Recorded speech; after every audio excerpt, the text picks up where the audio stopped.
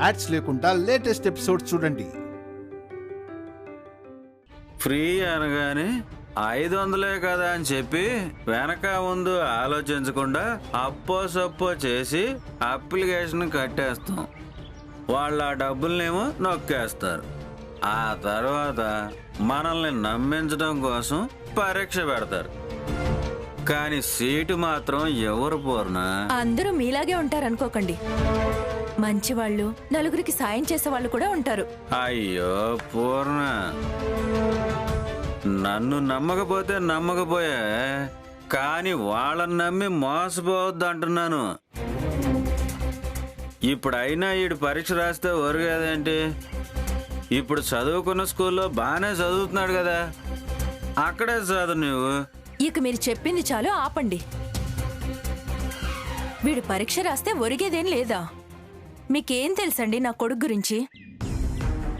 అయినా వీడి గురించి మీకేమైనా తెలియడానికి వీడిని మంచి మనసుతో చూస్తేనే కదా. ఎప్పుడు తాగిన మత్తులోనే చూస్తావు. నీకు అలాగే కనిపిస్తాడులే. వజ్రం విలువ వజ్రానికే తెలుస్తుంది, కానీ నీలాంటి మట్టికి కాదు. మన బతుకులు ఇలా దీన స్థితిలో ఉన్నాయంటే కారణం నువ్వు గనక తాక్కుండా ఉండుంటే ఈరోజు ఇంట్లో పైసలు ఉండేవి కదా. నీ వంకర బుద్ధి మూలన మా జీవితాలు పాడైపోతున్నాయి. ఎలాగైనా సరే వీడిని పరీక్ష రాయించి తీరుతాను. అదే ఎలా పూర్ణ, ఎలా? నీకో మాట చెప్పనా?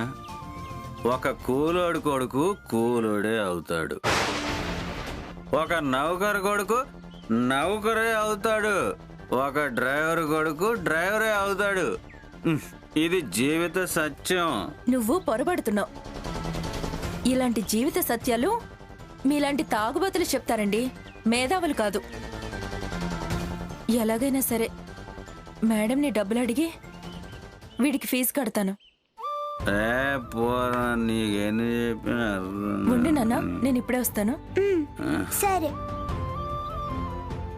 ఎక్కడ ఉందిరా మీటింగ్? ఎన్ని గంటలకి?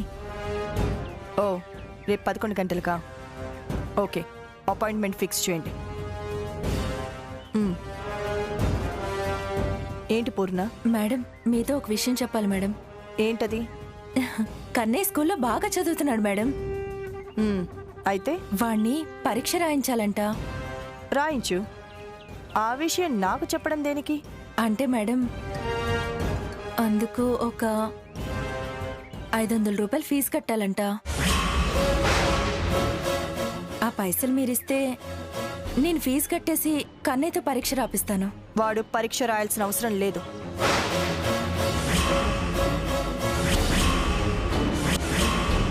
ముందు నువ్వు వాడి గురించి ఆలోచించడం మానేసి నేను చెప్పింది చెయ్యి. అంటే మేడం, పూర్ణ చూడు, నువ్వు ఇంతకు ముందు చేసిన చికెన్ కర్రీ చాలా బాగుంది. ఆ రోజు వచ్చిన గెస్ట్లు అందరూ అన్నారు. ఈ రోజు కూడా 3 గెస్ట్లు వస్తున్నారు. వాళ్ళ కోసం చికెన్ కర్రీ, సాంబార్, దోసకాయ చట్నీ అన్నీ రెడీ చేసి పెట్టు. మీరు చెప్పినవన్నీ చేస్తాను మేడం. ఏంటి పూర్ణ, రోజు రోజుకి నీలో చాలా మార్పు వస్తుంది.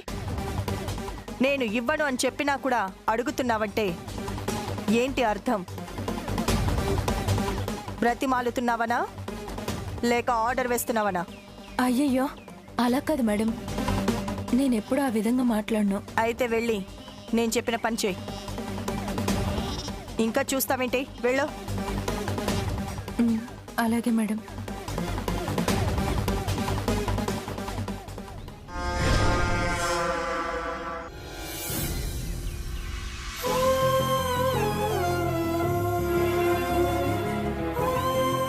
నన్ను క్షమించనన్నా.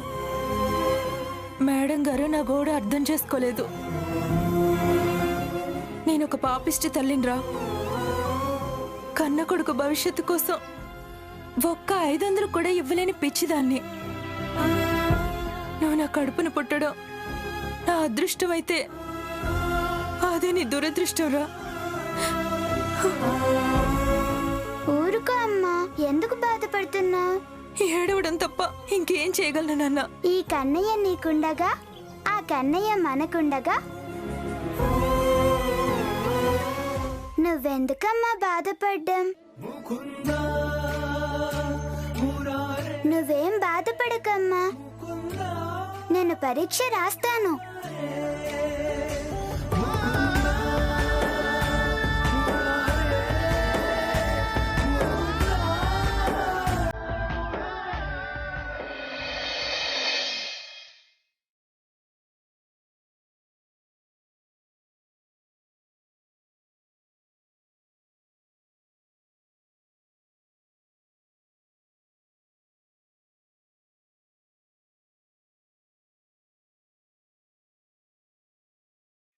అమ్మా చూస్తావేంటి? అందులో ఉన్న డబ్బులు తీయమ్మా.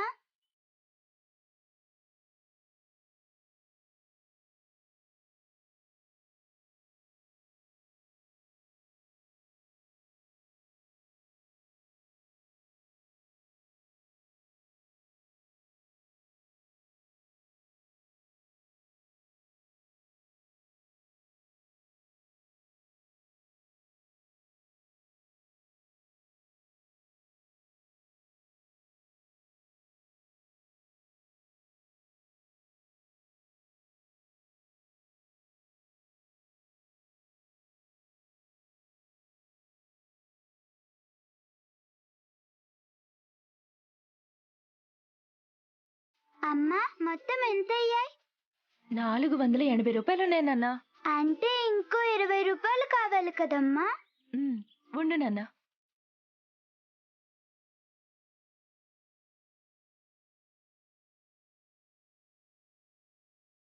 ఇదిగో ఈ 20 రూపాయలతో లెక్క సరిపోయింది. ఇప్పుడు సరిపోయాయి కదమ్మా. ఆ కన్నయ్య ఉండగా మనకు ఏ ఆపద రాదమ్మా. నా ముద్దుల కన్నయ్య, నువ్వు బాగా చదువుకోవాలరా. పెద్ద స్కూల్కి వెళ్ళావంటే నీ జీవితం చాలా బాగుంటుంది. నీకు పెద్ద ఉద్యోగం వస్తుంది. అప్పుడు విమానంలో ఎంచక్కా తిరగొచ్చు. అంతేగాని ఇక్కడే ఇలాగే ఉంటే ఇదిగో మీ నాన్నలాగే అవుతావు. అమ్మా, నేను పెద్ద స్కూల్లో చదువుకొని పెద్ద ఉద్యోగం తెచ్చుకుంటానమ్మా. విమానంలో నేనే కాదు, నిన్ను కూడా తిప్పుతానమ్మా. నా బంగారు కొండ.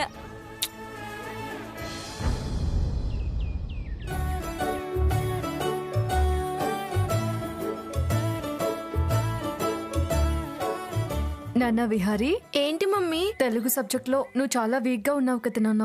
నేను బానే చదువుతున్నాను మమ్మీ, అవే అర్థం కావడం లేదు. అందుకే నాన్న నేను ఒక నిర్ణయం తీసుకున్నాను. ఏంటి మమ్మీ? తెలుగు సబ్జెక్ట్ నీకు అర్థం కావడం లేదని చెప్తున్నావు కదా, నీ బాధను నేను అర్థం చేసుకొని అందుకోసం ట్యూషన్ పెట్టిస్తున్నాను. రేపటి నుంచి తెలుగు టీచర్ మన ఇంటికి వస్తుంది. నీకున్న డౌట్స్ అన్ని క్లియర్ చేస్తుంది. నువ్వు స్కూల్ నుంచి రాగానే ఫ్రెష్ అప్ అయి బుద్ధిగా టీచర్ చెప్పింది విని నేర్చుకోవాలి. నాకు ట్యూషన్ వద్దు మమ్మీ. అలా అనొద్దు నాన్న. టీచర్ సబ్జెక్టే కాకుండా కొన్ని పదాలు, భగవద్గీత, నీతి కథలు, ఇతిహాసాలు కూడా చెప్తుంది. నువ్వు అందులో ఉన్న నీతిని గుర్తించి పాటించాలి. మమ్మీ వద్దు మమ్మీ, ప్లీజ్. నాన్న విహారీ, మమ్మీ చెప్తుంది వినాలి కదా. నాకు ఇంట్రెస్ట్ లేదు మమ్మీ. ఏమైంది శ్యామా? నానమ్మ నానమ్మ, నువ్వైనా చెప్పు నానమ్మా. మమ్మీ నా మాట వినడం లేదు. ఏంటమ్మా? అత్తయ్య గారు, వీడికి తెలుగులో చాలా తక్కువ మార్కులు వచ్చాయి. ట్యూషన్ చెప్పిస్తానని చెప్తుంటే వద్దని ఇలా మారం చేస్తున్నాడు. ఏంటి నాన్న, మమ్మీ చెప్తుంది నిజమేనా? నిజమే నానమ్మా. నాకు ట్యూషన్ వద్దు, నేను బాగా చదువుతా. విహారీ, నువ్వెంత ఏడ్చినా సరే ట్యూషన్ పెట్టిస్తాను. నానమ్మా నానమ్మ, నువ్వైనా చెప్పు నానమ్మా వద్దని. అమ్మా శ్యామా, ఏంటమ్మా ఇది? వాడు వద్దని చెప్తున్నాడు కదా, ఇంకా ట్యూషన్ పెట్టించడం అవసరమా? అవసరమే అత్తయ్య గారు. వీడిని ఇలాగే వదిలేస్తే చదివేలా అబ్బుతుంది, మీరే చెప్పండి. చిన్నపిల్లలకి చదువు మీద కంటే ఆటల మీదే శ్రద్ధ ఎక్కువగా ఉంటుంది. వాళ్ళు పెరిగే కొద్దీ ఆటల మీద ఉన్న శ్రద్ధ కాస్త చదువు మీదకి మళ్ళుతుంది. అలాగే వీడు కూడా బాగానే చదువుకుంటాడమ్మా. ముందు ముందు అన్నీ నేర్చుకుంటాడు. అన్నింటికి అలాగే అంటున్నారేంటి అత్తయ్య గారు? మొక్కై వంగనిది మానే వంగుతుందా అంటారు. ఇప్పుడే రాంది రేపెలా వస్తుంది? అందుకే అత్తయ్య గారు వీడి విషయంలో ఇప్పుడే జాగ్రత్త పడుతున్నాను. జాగ్రత్త పడటం తప్పు కాదమ్మా, కానీ వీడికిష్టం లేదన్నా బలవంతం చేయడం అనేది అతి జాగ్రత్త అవుతుంది. చూడు శ్యామ, వీడిప్పుడు ఇలా అల్లరివాడిలా ఉన్నా రేపు మాత్రం మంచి పొజిషన్లో ఉంటాడు. తల్లి పిల్లల ఇష్టాల్ని కాదనకూడదు, వాళ్ళకిష్టం లేని పనులు చేయించకూడదు. నీ బెంగంతా వీడి చదువు మీదే కదా. నువ్వేం భయపడకు, వీడు మంచిగా చదువుతాడు. ఈ ట్యూషన్ వద్దులే. సరే అత్తయ్య గారు. మా మంచి నానమ్మ మమ్మీని ఒప్పించింది. థ్యాంక్స్ నానమ్మ. రా నాన్న.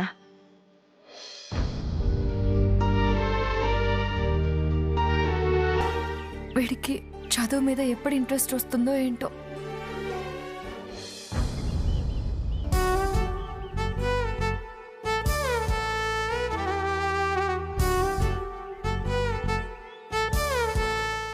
అంటే అమ్మ. స్కూల్ నీకు నచ్చింది కదా, బాగా చదువుకోవాలి, సరేనా? అమ్మ పూర్ణ. టీచర్ గారు నమస్తే అండి.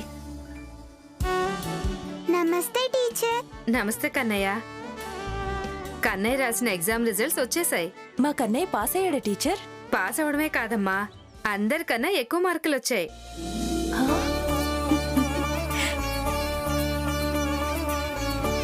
కన్నయ్య చాలా పెద్ద స్కూల్ కి సెలెక్ట్ అయ్యాడు. నాకు ముందే తెలుసు టీచర్, నా కన్నయ్య ఖచ్చితంగా పాస్ అవుతాడని. అమ్మ పూర్ణ, ఎన్ని సంవత్సరాల్లో కన్నయ్యలా చదివే పిల్లల్ని నేనెప్పుడూ ఎవ్వరిని చూడలేదు. ఒక్కసారి వింటే చాలు ఇట్టే చెప్పేస్తాడు. తన మేధాశక్తి చాలా అమోఘం. సరస్వతి అనేది అందర్నీ వరించదు, కానీ మీ కన్నయ్యకి ఆ సరస్వతీదేవి కటాక్షం ఉంది. అందుకే అంత చక్కగా చదువుతున్నాడు. మీకు ఎన్ని అడ్డంకులు ఎదురైనా, ఎన్ని కష్టాలొచ్చినా, ఎట్టి పరిస్థితుల్లోనూ కన్నయ్య చదువును మాత్రం ఆపకండి. అవసరమైతే మీరు ఒక పూట పస్తులుండైనా సరే కన్నయ్యకి చదువు చెప్పించండి. సరే టీచర్. ఖచ్చితంగా ఈ దేశం గర్వించేలా ఉన్నత శిఖరాలకు ఎదుగుతాడమ్మా మీ కన్నయ్య. కన్నయ్య, బాగా చదువుకో. అలాగే టీచర్. ఉంటాను. సరే టీచర్. Bye teacher. బాయ్.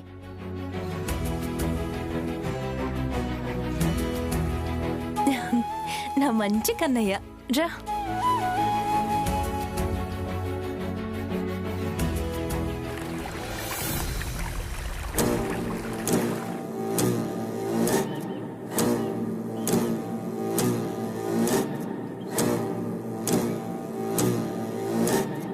నేను అడిగిన డబ్బులు నాకిచ్చారా? సరే సరే, లేదంటే నువ్వు చేసింది మొత్తం కూడా పూసగుచ్చినట్టు పోలీస్ స్టేషన్లో చెప్తా. ఛా, ఈ వనజాక్షి వల్ల నా మైండ్ బ్లాంక్ అయిపోయింది. ఏ పని మీద దృష్టి పెట్టలేకపోతున్నాను. ఏం చేసినా తన వార్నింగే గుర్తొస్తోంది. మేడం మేడం అంటూ నా చెప్పు చేతల్లో ఉండే వనజాక్షి ఈరోజు నన్నే బెదిరిస్తుందంటే ఎంత అహంకారం! తన కళ్ళు నెత్తికెక్కాయి, అందుకే అలా మాట్లాడింది. నేను భయపడి వనజాక్షికి డబ్బులిస్తే నా భయాన్ని పసిగట్టి ప్రతిసారి బ్లాక్మెయిల్ చేస్తుంది.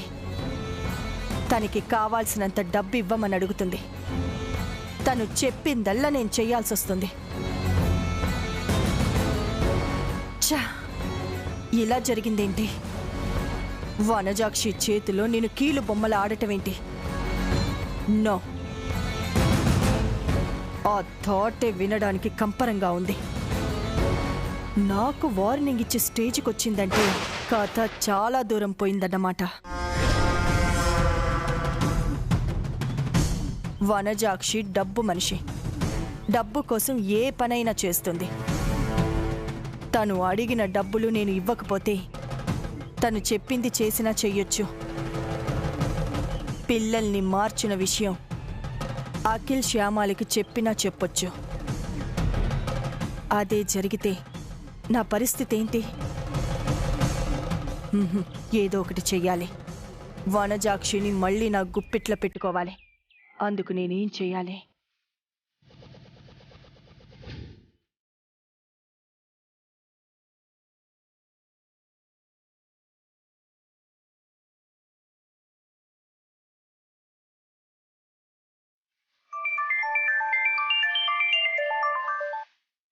హలో, చెప్పండి మేడం, డబ్బులు ఇస్తున్నారా?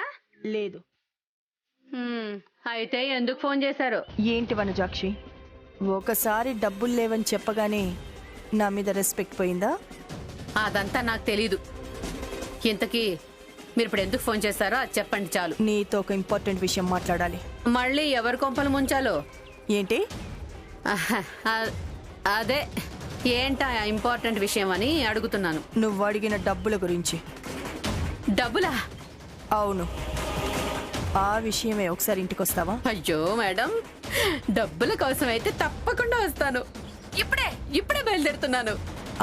ఇప్పుడు కాదు, 11 గంటలకి రా. సరే మేడం, 11 గంటలకి ఒక్క నిమిషం కూడా లేట్ అవ్వను. ఉంటాను మేడం. వనజాక్షి, డబ్బు మీద నీకు అంత ఆశ ఏంటో. డబ్బుల విషయంలో తేడా వస్తే ఎవరు ఏంటో అనే స్థాయిని కూడా మర్చిపోయి మాట్లాడతావా? ఎనీవే, నా గుట్టు రట్టవ్వకుండా ఉండటానికి నేనేదైనా చేస్తాను.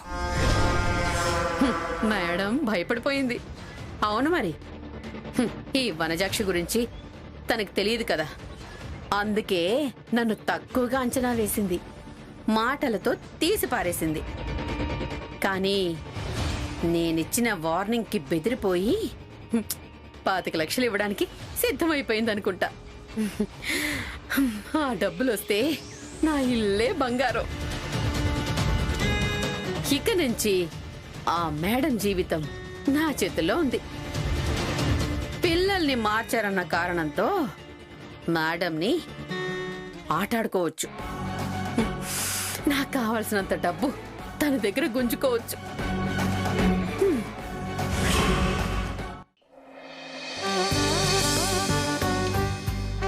అబ్బా, ఇంత పెద్ద స్కూలా? నా కొడుకు ఇంత పెద్ద స్కూల్లో చదువుకుంటాడా? ఇదంతా కన్నయ్య చలవే. పద.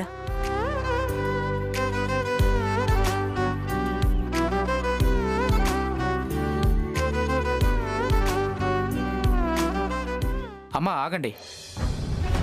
అమ్మా, మీరు దారి తప్పొస్తున్నారా ఏంటి? మీ అబ్బాయి చదివే స్కూల్ ఇది కాదు. ఇక్కడ పెద్ద పెద్దోళ్ళ పిల్లలు చదువుతారు. లేదు సార్, మా కన్నయ్య నీ స్కూల్లో జాయిన్ చేయడానికి వచ్చాను. వినేవాళ్ళుంటే నేనే చెప్తారు. వెళ్ళండి అమ్మా, వెళ్ళండి. ఇలాంటి స్కూల్లో చదువుకోవాలని ఆశ అందరికీ ఉంటుంది. కానీ ఆ అర్హత కొంతమందికే ఉంటుంది. మీ మోకాలు చూస్తే అలా అనిపించడం లేదు. ఆ అర్హత నాకుంది. నన్ను క్షమించండి మేడం, నేను మిమ్మల్ని చూసి తక్కువ అంచనా వేశాను. పర్వాలేదండి, మీరు తప్పేం మాట్లాడలేదు. ఇలాంటి స్కూల్లో చదవాలంటే పెట్టి పుట్టాలి. నా కొడుకు కష్టాల మధ్య పెరిగినా ఇలాంటి పెద్ద స్కూల్లో చదివే అదృష్టం దక్కింది. ఈ విషయం లోపల సార్కి చెప్పకండి మేడం. మీరు గనక చెప్తే నా ఉద్యోగం తీసేస్తారు. అలా నేనేం చేయనండి, మీరేం కంగారు పడకండి. బాబు క్లాస్ రూమ్ ఎక్కడా? నేను చూపిస్తాను, రండి మేడం.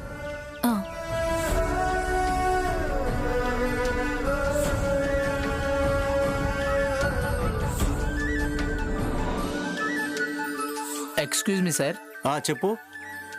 ఇటివ్వండి మేడం. సార్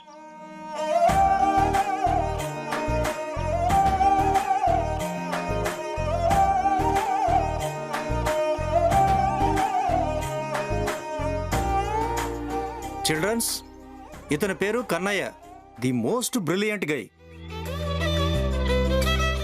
ఈ అబ్బాయి ఇంతకు ముందు చిన్న స్కూల్లో చదువుకునేవాడు. ఈ సంస్థ వాళ్ళు పెట్టిన ఎగ్జామ్స్లో ఫస్ట్ ర్యాంక్ సాధించి మన స్కూల్లో సీటు సంపాదించుకున్నాడు. ఇంత గొప్ప టాలెంట్ ఉన్న కన్నయ్యకి అందరూ ఒకసారి క్లాప్స్ కొట్టండి.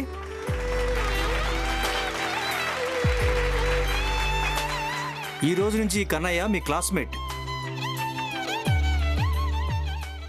రే, వీడు పక్కా ప్లాట్ఫామ్ గార్డ్లో ఉన్నాడ్రా. వీడు మన క్లాస్ ఏంటి? మన కర్మ కాకపోతే